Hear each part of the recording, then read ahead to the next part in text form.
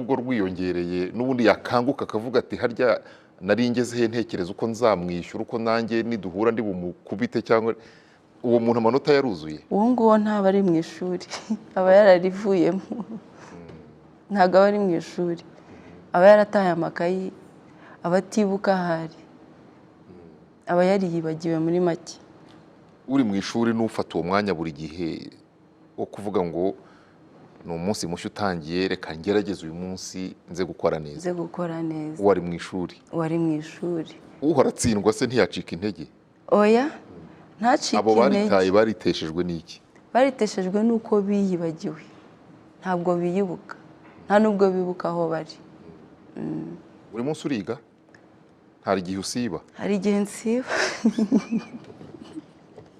usiba byagenze biti ndi umunyantege nke nanjye ndi umuntu hari ubwo ngera mu ntege nke nanjye sinige cyangwa nkahura na bimwe wenda nanjye nkarambirwa kuvuga ngo ibi ndabirambiwe ugasanga nanjye niyibagije uwundi ndi umuntu buri wese agera mu ntege nke buri wese agira intege nke ze ariko njyewe aka gatabo wakanditse mu gihe kingana iki kubera ko umuntu yakita agatabo ariko ibitekerezo birimo si agatabo bigaragara ko ari ibitekerezo binini umuntu yakwandikaho n'ibitabo binini n'imitumba y'ibitabo akangaka ko umuntu avuga ati ese uyu mwana ariko wihangane nkwita umwana kuko yewe ndakuruta mu myaka ibi bintu yabitekereje igihe kingana iki abyandika mu gihe kingana iki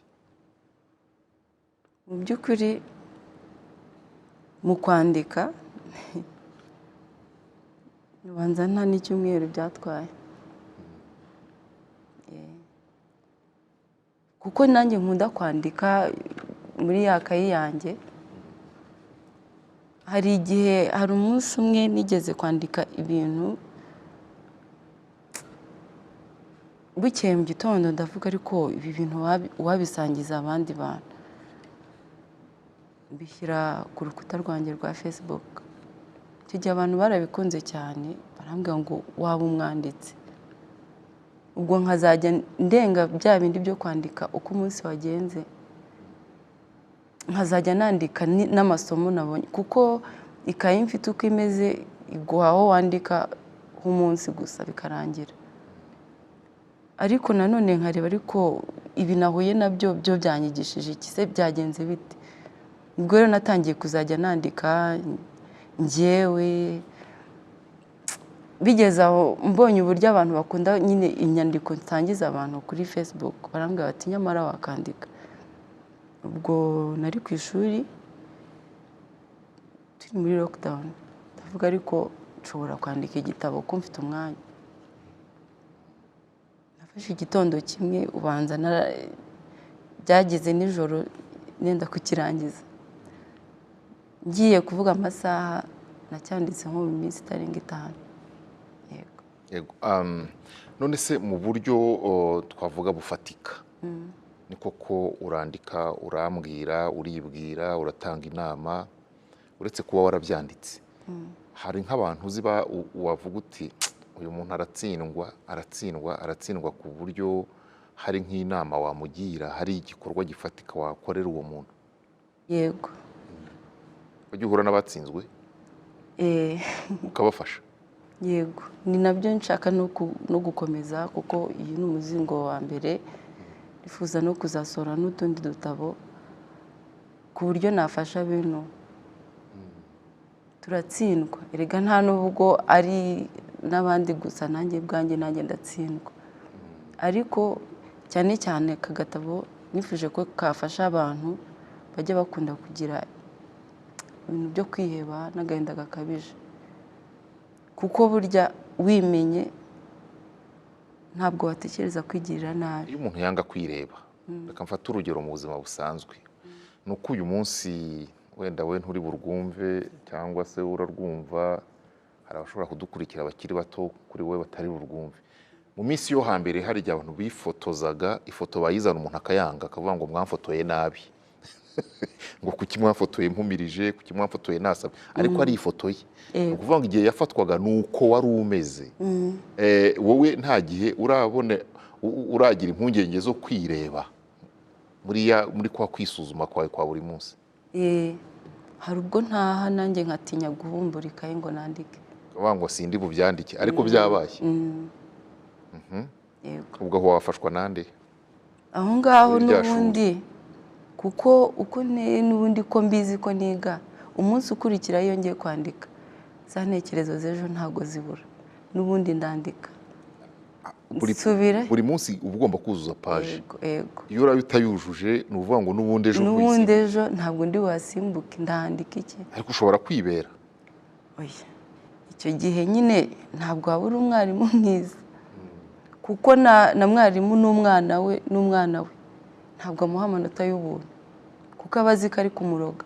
Wakwandika akafata urugero ariko rw'uruhezanguni. Ubu ngubu ushobora ntibikakubeho, ushobora kwandika uti uyu munsi nagize intege nke muri bya bindi by'abasore n'inkumi, ukabyandika biramutse byabaye cyane. Ntacyo ndi burenzeho, ni wowe, kuko igitabo ni njyewe, ubwo ni wowe.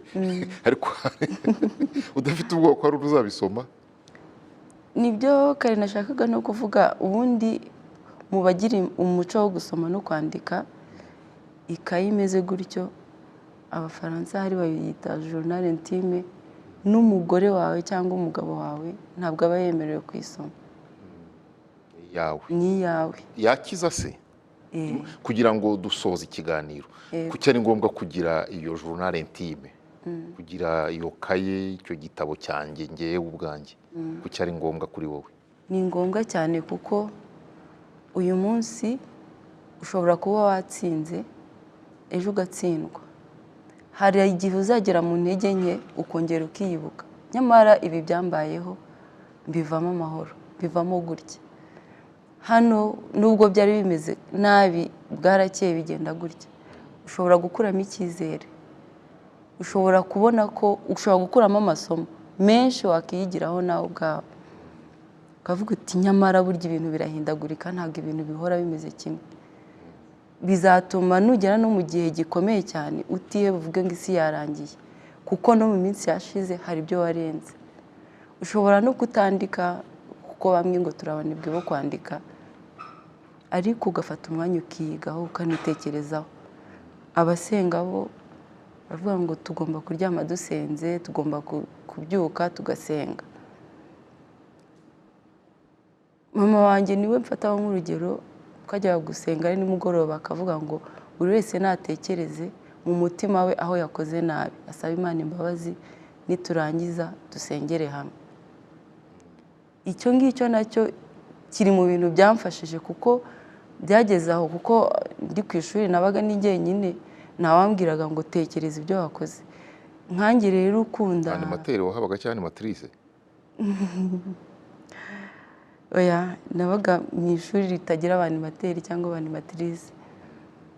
Aho rero kuko wa muco nakuranye no kuba wenda narigishijwe kuzajya nandika, nibyo byamfashije. Ariko utanakunda kwandika, mbere yo kuryama ugomba kwitekerezaho, nibyo byagufasha. Yego. Ariko iyo kayi ni ingenzi cyane. Ni ingenzi cyane, ubwo abadukurikiye buri wese ari bumenye icyo akuramo. Umuntu azaba yakumvise neza ntasigarane iki muri iki gitabo cyawe? Natubwira aho kiboneka ariko. Yego. Mu by'ukuri aya magambo yanditse inyuma, iyi nteruro yasomye, niba ari ryo somo rikuru kuri wowe. Yego. Iravuga ngo buri munsi uko utangiye ntangirana inzira ebyiri. Kumenya guhitamo inzira nyuramo nibyo bitegura ejo hanjye hazaza. Icyampa sinzibagirwe ko ejo hanjye heza hari mu biganza byanjye. Kiboneka he? Turacyashaka amasomero cyabonekamo, ariko uwahamagara nimero yanjye cyangwa akanyandikira kuri social media. Yaba yibwiwe n'iki? Yego. Yawe wayitanga nimero yawe rero, niba ntacyo bigutwaye. Oya, nta kibazo, iyo ngiyo ni igitabo n'ubundi. 0788 51, 69, 56. reka dushimire Uwituze Laura Bonete, dushimire n'abamufashije mu kugira ngo iki gitabo kijye ahagaragara. Ndatekereza ko atari we wenyine, harimo uwashushanyije, harimo abakugiriye inama, harimo abo bose, kugira ngo ibitekerezo nk'ibi bitamuheramo. Kandi nkunda kuvuga ngo ushobora kwemeranywa nawe cyangwa ntiwemeranywe nawe, ariko mukuru w'igitabo ni ikindi. Murakoze, izo mpaka nuzijya nawe uzandike. Murakoze cyane, turamushimiye, dushimiye nawe udacikwa n'impamba y'ubumenyi.